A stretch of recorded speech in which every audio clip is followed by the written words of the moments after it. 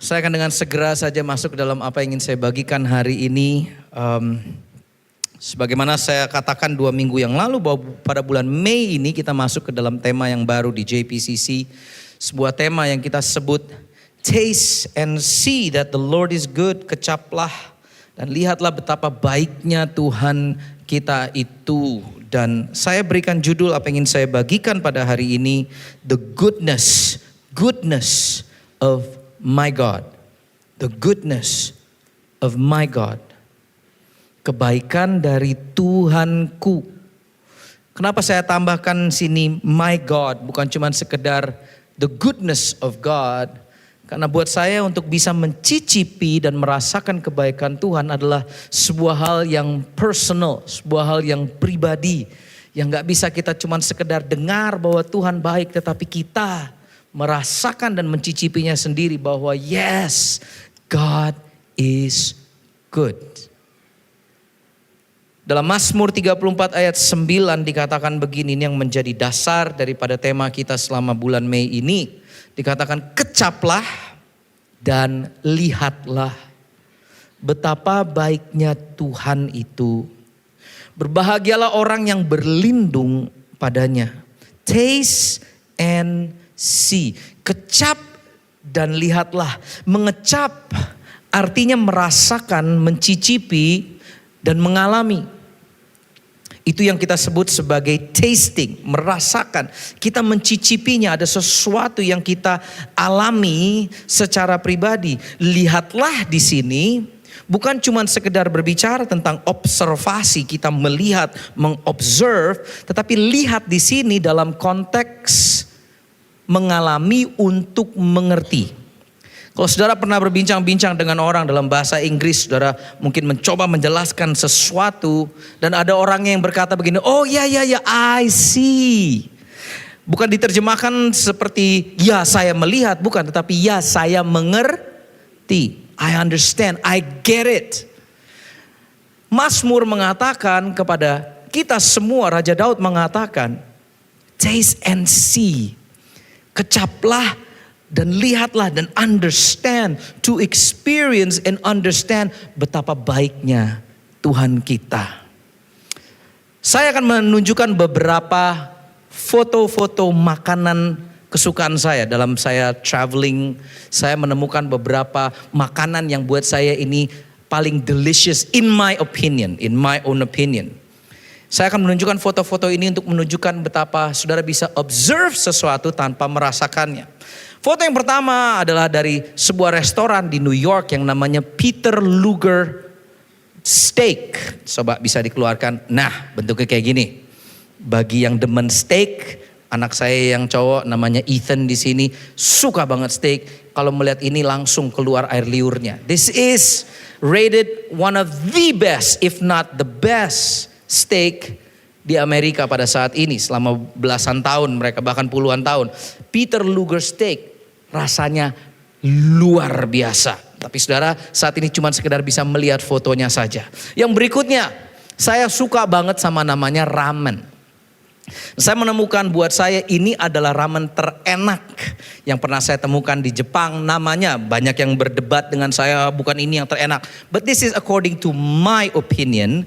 Namanya Ichiran Ramen. Boleh tunjukin fotonya. It is superb. Enaknya gak bisa di-describe. Bagi saudara-saudara yang suka makanan Jepang langsung, abis ini yuk kita makan ramen. It's okay, that's my goal, that's my purpose. Membuat saudara ingin mencicipi sesuatu. Yang berikutnya, salah satu makanan yang saya suka adalah sebuah buah yang namanya durian. Okay, now buat saya yang terenak, durian terenak di seluruh dunia ini adalah yang durian namanya Musang King. Oke, siapa di sini yang pernah mencoba Musang King durian? Angkat tangannya tinggi-tinggi.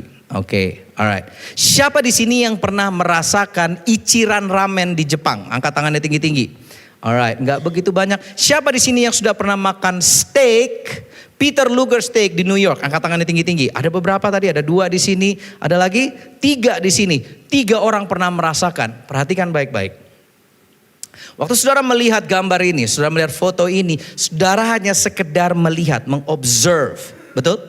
Saudara cuma sekedar, oh kayak gini. Tetapi saudara tidak mempunyai pengalaman rasanya seperti apa. Saudara hanya bisa mendengarkan dari seberapa excitednya saya tentang enaknya tuh kayak gimana. Sampai sini semuanya mengerti?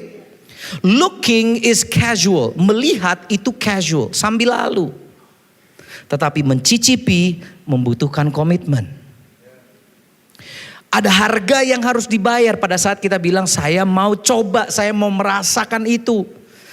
Untuk ramen saudara harus pergi ke Jepang untuk merasakannya. Untuk yang steak saudara harus pergi ke New York untuk bisa merasakan. Ada komitmen yang harus dilakukan untuk saudara bisa mencicipi. Sampai sini semuanya oke?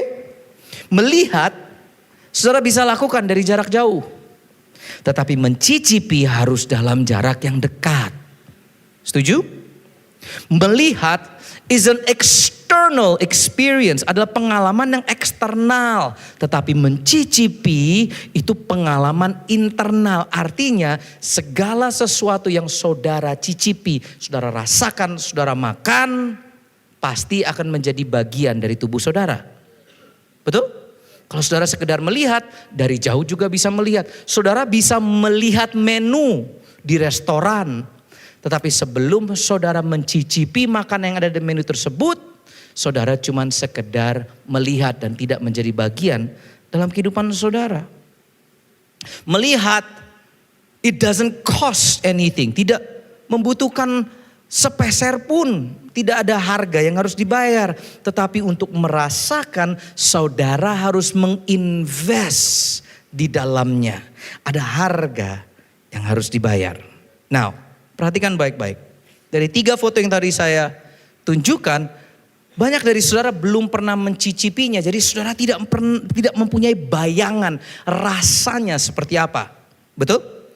Namun jika saya tunjukin foto yang berikut ini. Coba silakan ditunjukkan fotonya. Nah.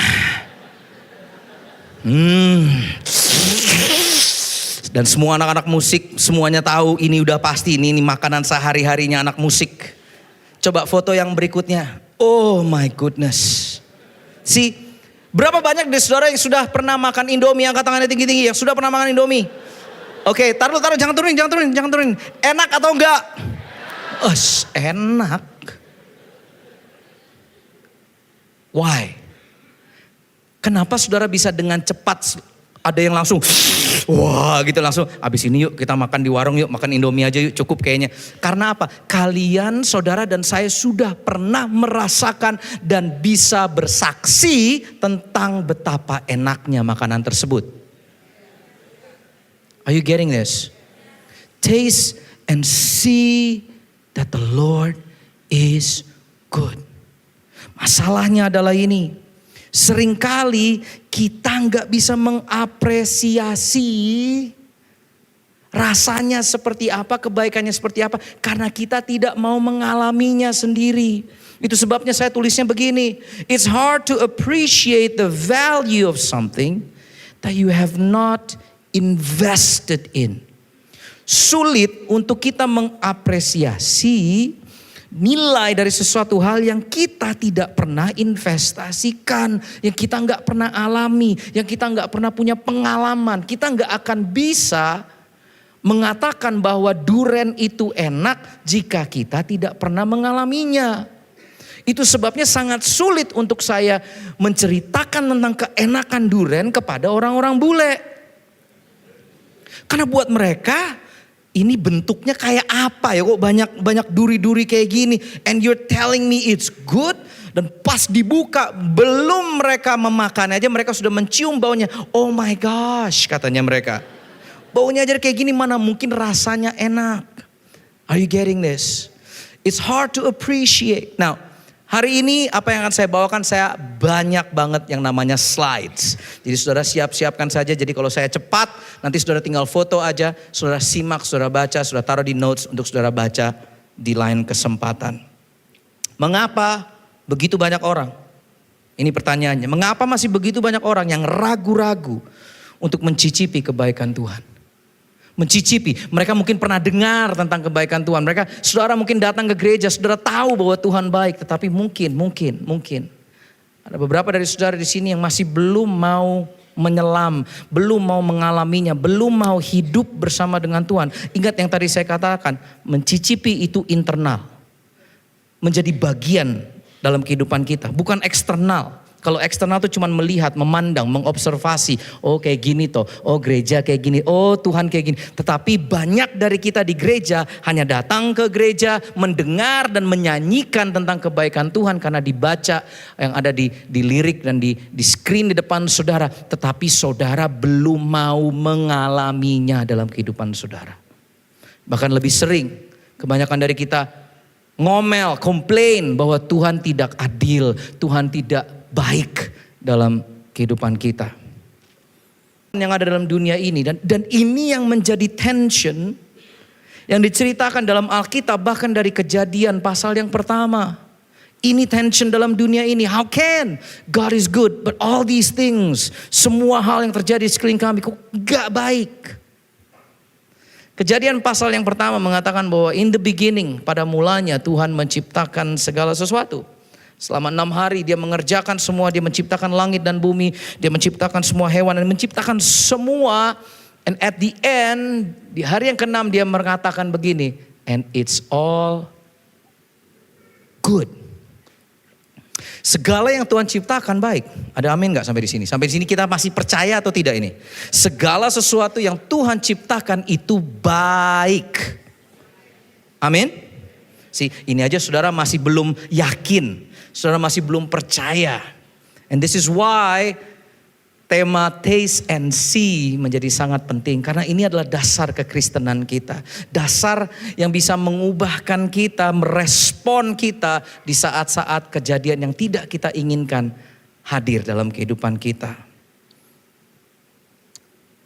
Dalam kitab Kejadian pasal yang ketiga, pada waktu itu dosa masuk ke dalam dunia.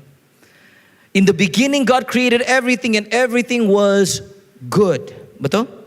Tetapi dalam kitab Kejadian pasal yang ketiga, ada yang namanya dosa masuk ke dalam dunia, dalam sejarah, dalam waktu. Dan pada saat itulah kerusakan mulai masuk. Pada saat itulah dosa mulai hadir. Kebusukan atau bahasa Inggrisnya decay mulai masuk ke dalam dunia. And this is where the tension comes. Bahkan ribuan tahun sampai hari ini, inilah tensionnya yang terjadi. Karena kita melihat apa yang Tuhan ciptakan itu baik. Betul? Bumi itu baik. Tetapi at the same time secara yang bersamaan ada juga yang namanya gempa bumi. And it's not good. Betul? Kehidupan baik atau tidak? Baik. But at the same time ada juga yang namanya kematian. It's not good. Ada yang namanya pernikahan dalam Kejadian. Tuhan menciptakan pernikahan. The union between man and woman is something that is good.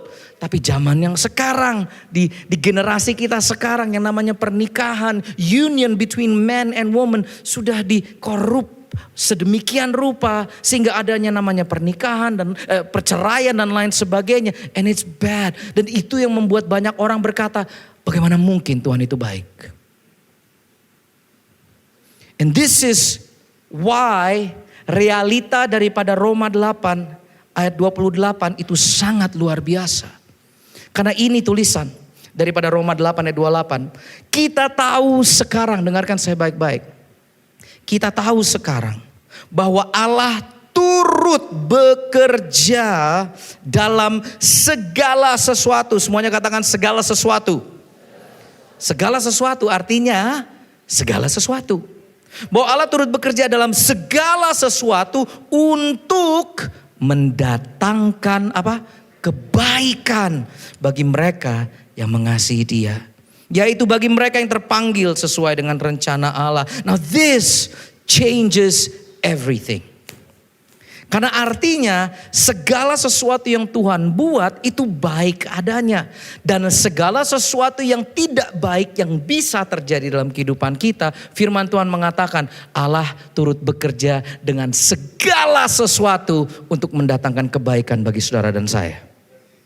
Artinya apapun yang bisa terjadi, badan kita, tubuh kita baik. Tetapi penyakit yang ada dalam kita, kanker yang ada dalam tubuh kita, sakit penyakit yang kita tidak inginkan, itu tidak baik. Apakah artinya Tuhan jahat? Tidak. Karena firman Tuhan dalam realita Roma 8 ayat 28 mengatakan God, Dia turut bekerja dengan dalam segala sesuatu untuk mendatangkan kebaikan bagi saudara. Artinya ini. Intinya at the end, segala sesuatu yang Tuhan lakukan adalah baik. Meskipun situasi di sekeliling kita tidak baik. Karena tidak ada satu orang pun yang Tuhan tidak sanggup untuk ubahkan. Tidak ada situasi masa lalu sedahsyat apapun juga yang Tuhan tidak bisa ubah untuk mendatangkan kebaikan bagi saudara dan saya. Tidak ada. Tidak ada. Itu sebabnya dalam Roma 8 ayat 39 dikatakan bahwa tidak ada kuasa baik di dunia maupun di surga. Tidak ada makhluk apapun juga yang bisa memisahkan kita dari kasih Tuhan. Nothing can separate us from the love of God. Nothing. Artinya tidak ada satu orang pun di dunia ini yang Tuhan ciptakan yang Tuhan tidak bisa pakai untuk kebaikannya. Nothing. And that's the reality. Ini adalah statement realita. Ini Roma 8:28 bukan statement dari possibility. Oh mungkin Tuhan bisa ya. No. Tuhan sanggup melakukannya. Tuhan yang akan mengerjakan dengan segala sesuatu untuk mendatangkan kebaikan dalam kehidupan saudara. Whether you can see it or not. Whether you believe it or not. Whether saudara mau terima atau tidak terima. Tuhan tetap baik dalam kehidupan kita. No matter what position you're in, there is no place where God's love cannot find you. Tidak ada tempat di mana Tuhan tidak bisa menemukan saudara dan membantu saudara mendatangkan kebaikan dalam kehidupan saudara apapun yang saudara sedang alami pada saat ini. Yes, there is good and bad, but dengarkan saya baik-baik. Alkitab menuliskan bahwa pada akhirnya everything is gonna be good. Betul? Bahwa pada akhir dari segalanya Tuhan menang. Betul kan? Loh, ini beda dengan film Hollywood. Kalau kita pergi nonton zaman sekarang, don't tell me the ending. Saya nggak mau spoilernya ya. Saya nggak mau tahu endingnya. Dengarkan saya baik-baik. Alkitab sudah menuliskan endingnya bagi saudara dan saya. Endingnya adalah kehidupan yang kekal bersama dengan Dia. It's gonna be good. Nah ya kenapa kita khawatir? Kenapa kita tidak percaya bahwa Tuhan baik? Ada seorang penulis bernama Paulo Coelho. Dia berkata begini, everything will be okay in the end. If it's not okay, it's not the end. Saya mau ganti kata okay dengan good. Everything will be good in the end. If it's not good, it's not the end.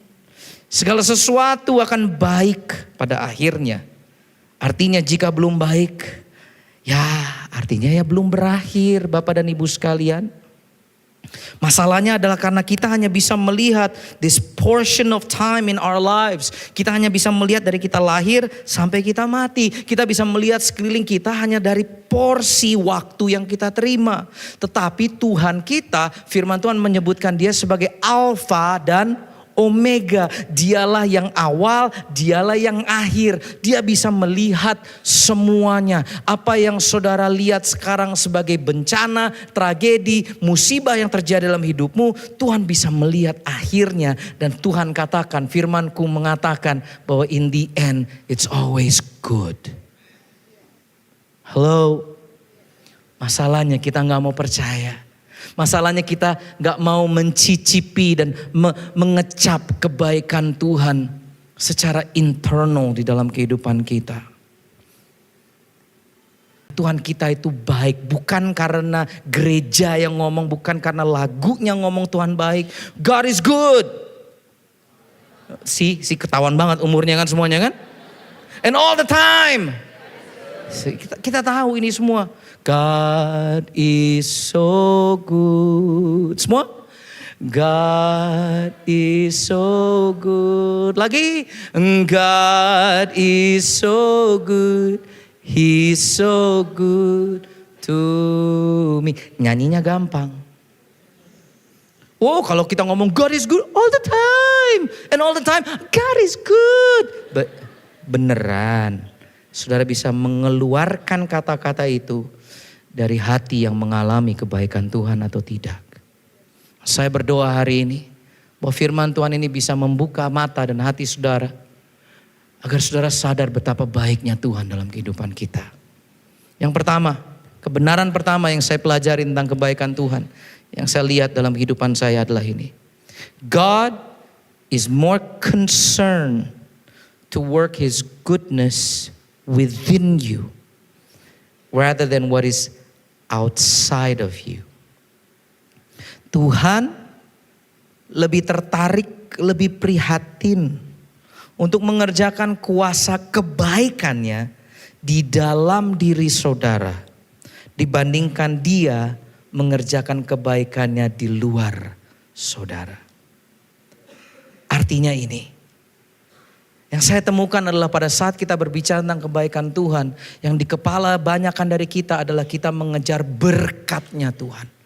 Yang kita kejar adalah, oh mana jodohku Tuhan. Yang kita kejar, oh mana promosi pekerjaanku Tuhan. Oh mana rumahnya Tuhan. Oh mana financial blessingnya Tuhan. Itu yang kita cari dan kita kejar. Oh Tuhan baik. Pada saat kita menerima berkat dari Dia baru kita berkata, oh God is so good.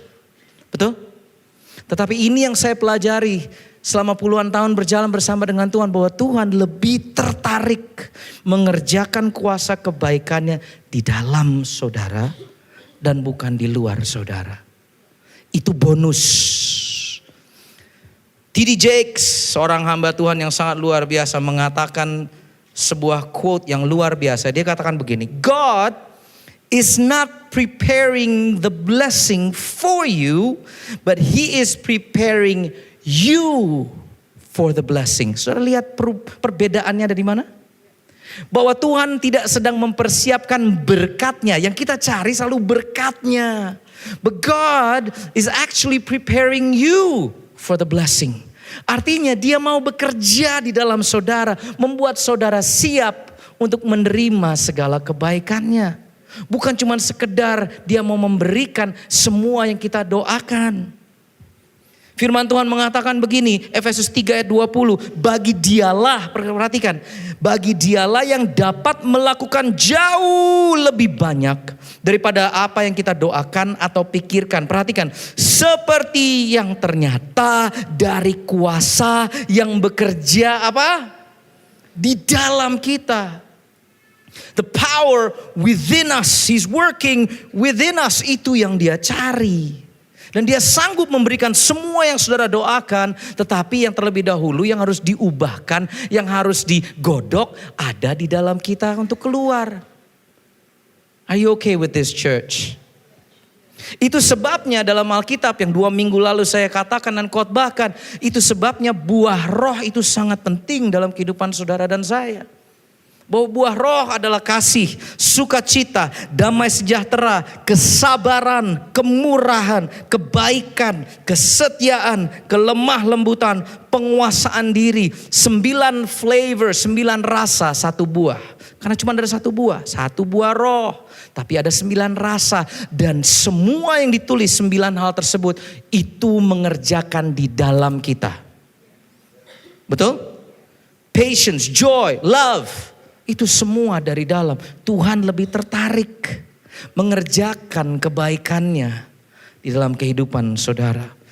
Dia mau mengerjakan kebaikan dalam kita sampai kita bisa berkata dengan tulus, yes, my God is good. Itu sebabnya segala sesuatu yang diizinkan terjadi dalam kehidupan kita. Semua musibah, semua perkara, semua masalah yang Dia izinkan. Semua kesulitan, semua musim yang sulit untuk kita lewatkan. Dia izinkan itu terjadi hanya untuk kebaikan saudara dan saya. Gak ada yang amin di tempat ini.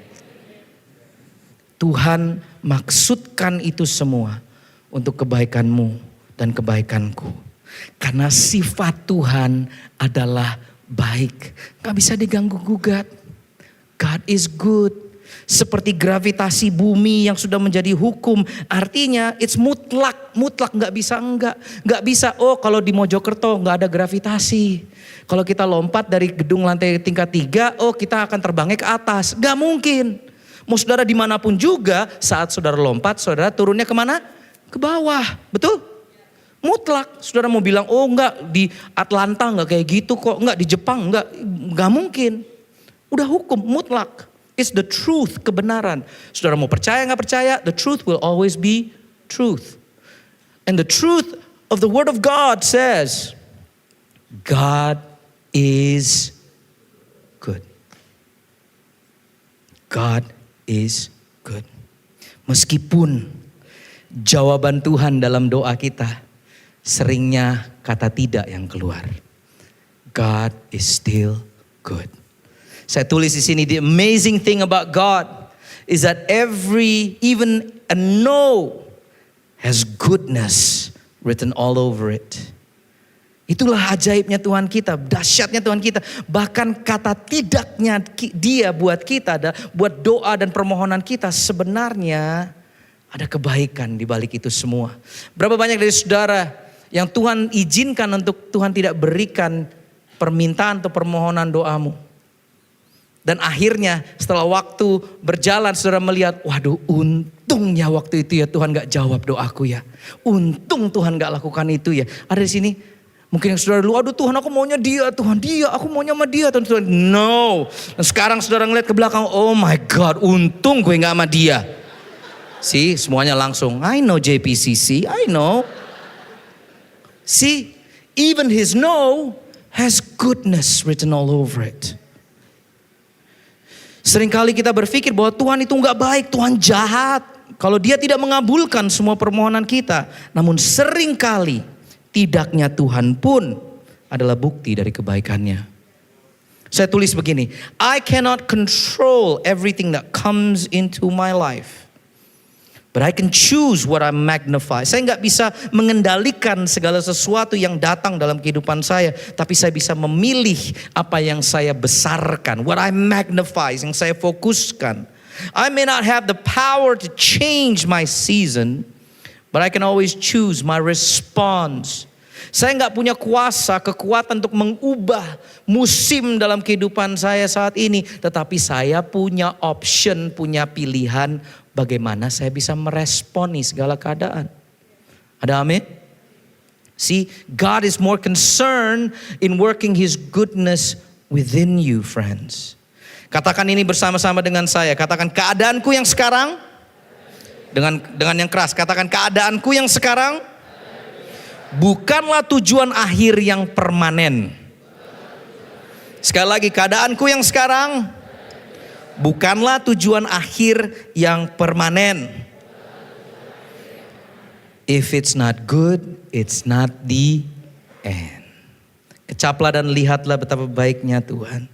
Seringkali kita beriman dan berdoa agar Tuhan yang menjawab doa kita. Kita melakukan segala sesuatu, mencoba untuk memanipulasi Tuhan untuk bisa menurunkan kebaikannya bagi kita. Tetapi Tuhan selalu maunya mengubah kita dari dalam. Andy Stanley, seorang hamba Tuhan yang sangat luar biasa, mengatakan begini, iman yang sempurna bukanlah iman yang menggerakkan Tuhan.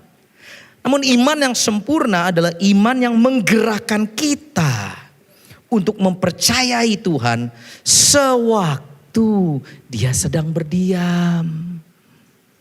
Karena kita sering mikirnya, oh kalau aku doa puasa, oh kalau aku doa semalam ngantuk, semalam suntuk, oh, kalau aku melakukan ini itu, oh kalau aku melakukan ini itu Tuhan akan menunjukkan kebaikan. No. Imanmu dipakai untuk menggerakkan diri kita to trust in God no matter what. Untuk berkata Dia baik. Apapun yang sedang terjadi, Dia baik.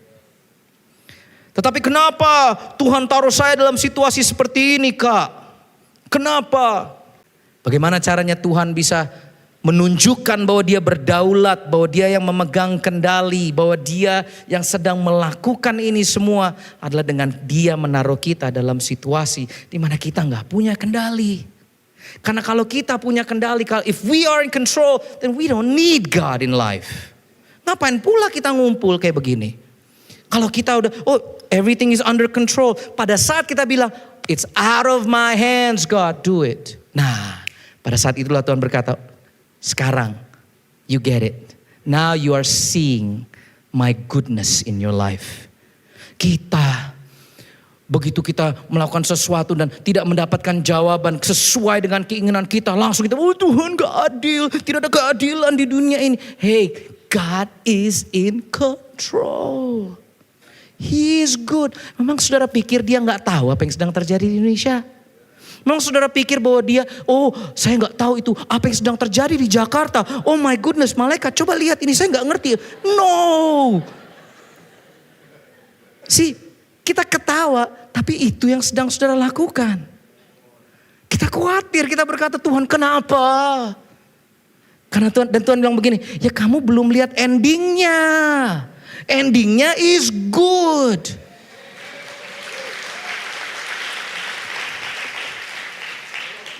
Now this brings me to my second point. Kebenaran yang saya pelajari tentang kebaikan Tuhan dalam kehidupan saya adalah ini. It's not always in your successes. Tidak selalu dalam kesuksesan kita. But oftentimes it's in your struggle that God will show you His goodness. Coba dikeluarkan. It's not always in our successes bahwa Tuhan menunjukkan kebaikannya. Tetapi lebih sering pada waktu kita bergumul, pada waktu kita sedang bergulat, pada waktu kita sedang gak mampu. That's when God will show His goodness. Beberapa musim yang lalu, bertahun-tahun yang lalu saya menuliskan sebuah lagu. Sedalamnya hatiku kau pun tahu. Semua tahu lagu ini? Ketahuan juga umurnya. Kalau versi 2017 adalah segalaunya hatiku kau pun tahu. Dan kasihmu tak jauh dalam jiwaku. Di kesesakan, di dalam kemenangan, ku tahu engkau selalu bersama. See, that's the key. Itu kuncinya. Gak cuman pada waktu kita menang, gak cuman pada waktu kita sukses dan mendapatkan apa yang kita mau, bahkan sebaliknya pada saat kita ragu, pada saat kita gak tahu masa depan kita seperti apa, kita bisa berkata begini, your presence will never leave me. And you will never forsake me because I know you are good. That He, Tuhan kita, bukan cuma sekedar Tuhan kesuksesan saudara dan saya, tetapi Dia juga Tuhan atas pergumulan saudara dan saya. He is the God of our struggles. Krista Black Gifford, seorang hamba Tuhan di Amerika, mengatakan begini, and this is profound. Buat saya waktu saya baca ini pertama kali dalam sebuah artikel, it struck my heart. Dia katakan begini, if our hearts are not anchored to the goodness of God when something bad happens, then we will lower our theology to match our pain. Wow, so good. Jika hati kita tidak berjangkar, tidak terjangkarkan dalam kebaikan Tuhan, pada waktu keadaan buruk menimpa kita, kita akan selalu mencoba menurunkan teologi kita untuk mencocokkannya dengan rasa sakit kita. Pada saat kejadian buruk terjadi, teman meninggal dunia, company kita bangkrut, pada saat segala pernikahan kita hancur, pada saat sesuatu yang bad happens in our lives, kalau kita gak menjangkarkan hati kita kepada kebaikan Tuhan, seringkali yang kita lakukan adalah kita menurunkan pemikiran kita tentang kebaikan Tuhan. Dan keluar kata-kata yang mengatakan, ya kayaknya emang ini kehendak Tuhan supaya aku jomblo seumur hidup. Oh kayaknya ini memang kehendak Tuhan, aku diberikan anugerah untuk miskin untuk seumur hidup. Dan keluar kata-kata yang menurunkan pemikiran kita tentang kebaikan Tuhan. But when we anchor our hearts in His goodness, bahwa apapun yang terjadi, kita bisa berkata, God is good. Saya nggak tahu what is going on. I don't know. Saya nggak tahu nih Tuhan sedang kerjakan apa. But I know He is good. Itu bukan mencoba mengelabui diri, karena kita sedang mengatakan kebenaran. Are you okay, church? Taste and see that the Lord is good. Masalahnya, setiap kali hati kita terluka, setiap kali kita patah hati, setiap kali kita dikecewakan oleh situasi dan keadaan dunia, kita taruh Tuhan dalam sebuah pengadilan dan kita berkata ini semua gara-gara Tuhan. Oh Tuhan gak baik, oh Tuhan gak adil dalam kehidupan saya. Hey, saudara hanya bisa melihat sepenggal dari waktu yang Tuhan bisa ngelihat secara milenial. In the end, God is good. Karena kita gak percaya, kita kurang percaya bahwa Ia baik, bahwa His goodness is truth. Anak-anak saya punya 3 anak, ada Ethan di sini, he's 12, ada Chelsea 11 tahun, ada Karis umurnya 3 tahun. Kami sebagai orang tua senang melihat anak-anak kita sehat. Jadi kita suruh anak-anak kita minum vitamin, minum obat.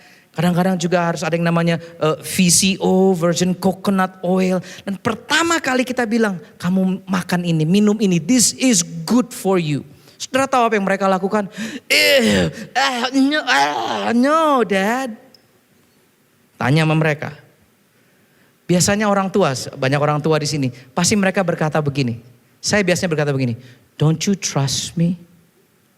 Don't you trust your dad? Bahwa ayahmu tidak akan memberikan sesuatu yang buruk bagi engkau. Meskipun rasanya tanda kutip gak enak. But it's good for you.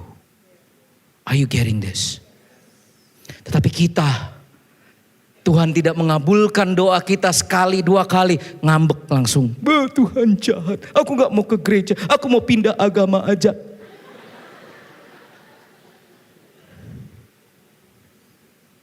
Cara kita memandang, perhatikan baik-baik.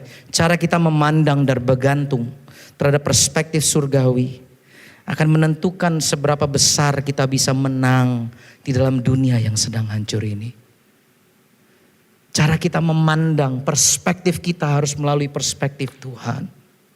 That God is good. Saya minta teman-teman praise and worship untuk naik saat ini. Saya mau kasih cerita tentang Yakub. Sebelum kita tutup apa yang saya bagikan pada hari ini. Kalau saudara membaca tentang Yakub dalam kitab Kejadian, Yakub memegang peranan yang sangat penting di Alkitab. Karena dari nama Yakub diubahkan namanya oleh Tuhan menjadi Israel. Bagi saudara yang tahu, Yakub dalam Alkitab adalah seseorang yang selalu mempunyai pergumulan. Remember yang tadi saya katakan. Bukan cuma sekedar dalam kesuksesan, tapi pada saat kita bergumul, pada saat itulah Tuhan menunjukkan kebaikannya. Tentang kisah tentang Yakub dalam Alkitab, saudara, dalam kitab Kejadian, so fascinating. Dia jatuh cinta kepada anaknya Laban, di mana dia harus bergumul selama 7 tahun bekerja buat sang ayah mertua ini, supaya dia bisa mendapatkan putrinya yang namanya Rachel. Tapi kalau saudara lihat baca dalam Alkitab, setelah 7 tahun dia bekerja keras dan bergumul, tiba-tiba Laban menipu Yakub dan memberikan anaknya yang lain lagi untuk diberikan kepada Yakub, namanya Lea. Akhirnya dia harus bergumul lagi selama 7 tahun, bekerja lagi buat ayah mertua yang menipu dia supaya dia bisa mendapatkan Rachel.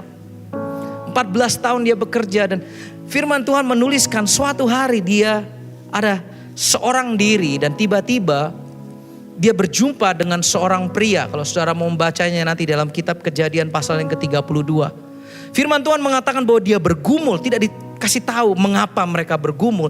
Tapi bahasa Inggrisnya they wrestle, gulat. Mereka bergulat, wrestle dari malam sampai subuh.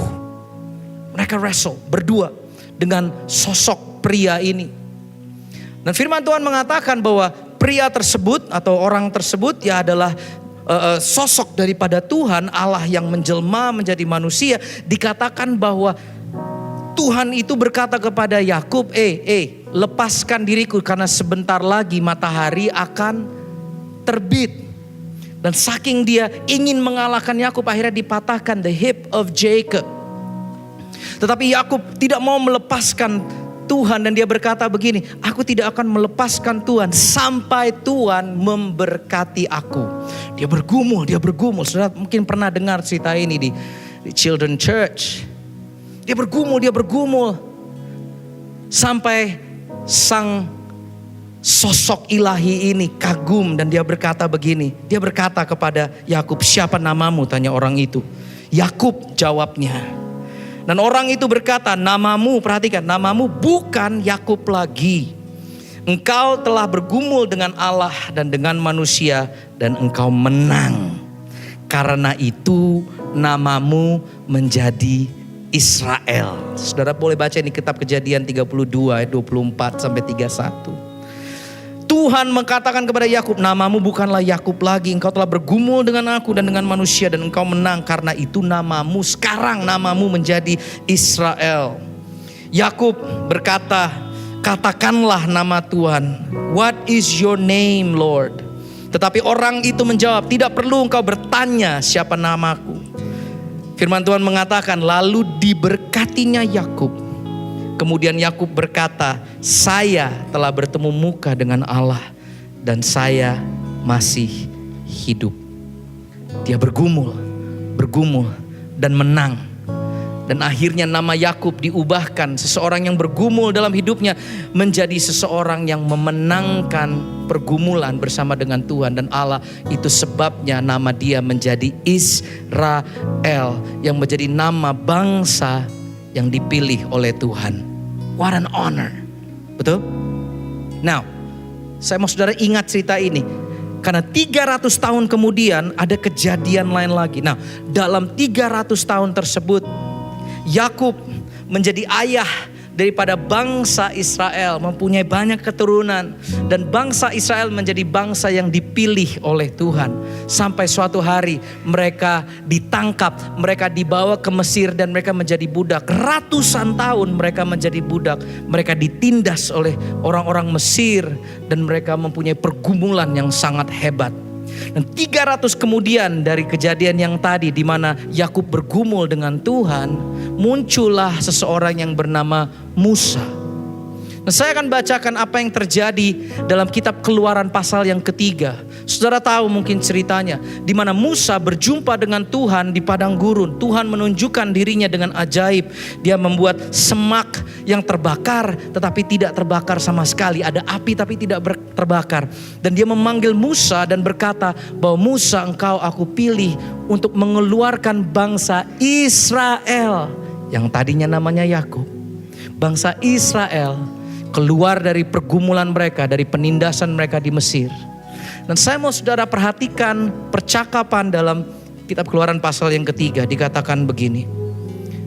Lalu Musa berkata kepada Allah, Keluaran 3 ayat 13. Tetapi apabila aku mendapatkan orang Israel, kalau aku pergi ke mereka dan berkata kepada mereka, Allah nenek moyangmu telah mengutus aku kepadamu. Mereka akan bertanya kepadaku, bagaimana tentang namanya? Artinya bangsa Israel akan bertanya kepada Musa, siapa nama Tuhan ini? Apa yang harus kujawab kepada mereka? Firman Allah kepada Musa, and this is awesome, this is profound. Firman Tuhan kepada Musa, aku adalah aku, I am who I am. Lagi firmannya, firman Tuhan mengatakan, beginilah kau katakan kepada orang-orang Israel itu, akulah aku, telah mengutus aku kepadamu.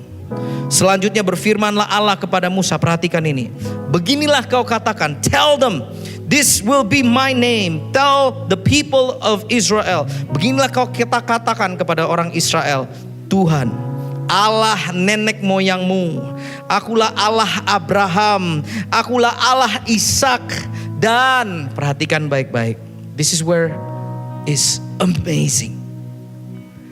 Seharusnya kalau saya menjadi Tuhan, untungnya enggak. Tuhan akan berkata begini, akulah Allah nenek moyangmu, akulah Allah Abraham, akulah Allah Ishak, akulah Allah Israel. Betul? Seharusnya. Tetapi dia berkata kepada Musa, Karena dia tahu persis apa yang sedang menjadi pergumulan bangsa Israel. Mereka ditindas, mereka disiksa, mereka tidak mempunyai hak lagi sebagai sebuah bangsa. Dan Tuhan berkata kepada Musa, kasih tahu mereka, akulah Allah nenek moyangmu, akulah Allah Abraham, akulah Allah Ishak, dan akulah Allah Yakub. I am the God of your struggles. Dalam pergumulanmu aku pun tahu.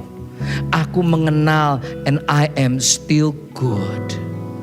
Dan sama seperti Tuhan sedang berbicara kepada kebanyakan dari kita di tempat ini. Apapun yang menjadi pergumulan saudara dan saya, dengarkan saya baik-baik. He is the God of our struggles, because He is the God of Jacob. Tidak sekedar Allah Israel, tetapi Dia pun tahu setiap kesulitanmu. Dia pun tahu setiap pergumulanmu. Tidak ada pukulan yang lebih dahsyat bagi iblis daripada seseorang yang sedang mengalami cobaan, tragedi, dan ketidakadilan untuk tetap bisa berdiri dan berkata, my God is good. Aku tetap memilih Dia. Gak ada pukulan yang lebih dahsyat lagi bagi iblis. Apapun yang saat ini saudara sedang alami, seberapa besar peperanganmu, dengarkan saya baik-baik. Saya tuliskan begini, if our battles are never fierce, people cannot see how strong our God is. Jika peperangan saudara dan saya tidak dahsyat, dunia, orang-orang tidak akan pernah tahu betapa kuatnya Tuhan kita. Come on church. God is good. He is for you. Saya tuliskan begini, Dia yang berdiri bersamaku jauh lebih kuat dari dia yang berdiri melawanku. He who stands with me is stronger than the one who's standing against me. Let's bring this message to a close. Sebelum kita tutup, saya mau, kita gereja mau agar setiap saudara dan saya yang ada dalam gereja ini mempunyai pengalaman bersama dengan Tuhan. Bukan cuma sekedar melihat dari jauh, bukan cuma sekedar casually observing, tetapi kita mencicipi, merasakan kebaikan Tuhan.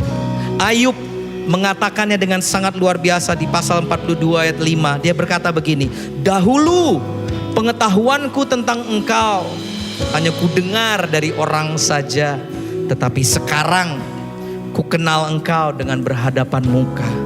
Berapa banyak dari saudara yang mau di JPCC bahwa pengenalanmu akan Tuhan bukan sekedar melihat, mendengar, tetapi engkau mencicipi, engkau mengecap kebaikan Tuhan dalam kehidupanmu. Angkat tanganmu tinggi-tinggi di hadapan Tuhan. Church, sudah bukan lagi saatnya untuk kita sekedar melihat situasi sekeliling kita dan menjadikan itu tolak ukur akan kebaikan Tuhan atau tidak. Saya tulis begini sebagai penutup daripada message saya hari ini. Saya tulis, my confidence, keyakinan saya is not in my circumstance, but my confidence is in the goodness of my God. Keyakinanku bukan dalam keadaan sekelilingku, tetapi keyakinanku ada di dalam kebaikan Tuhanku.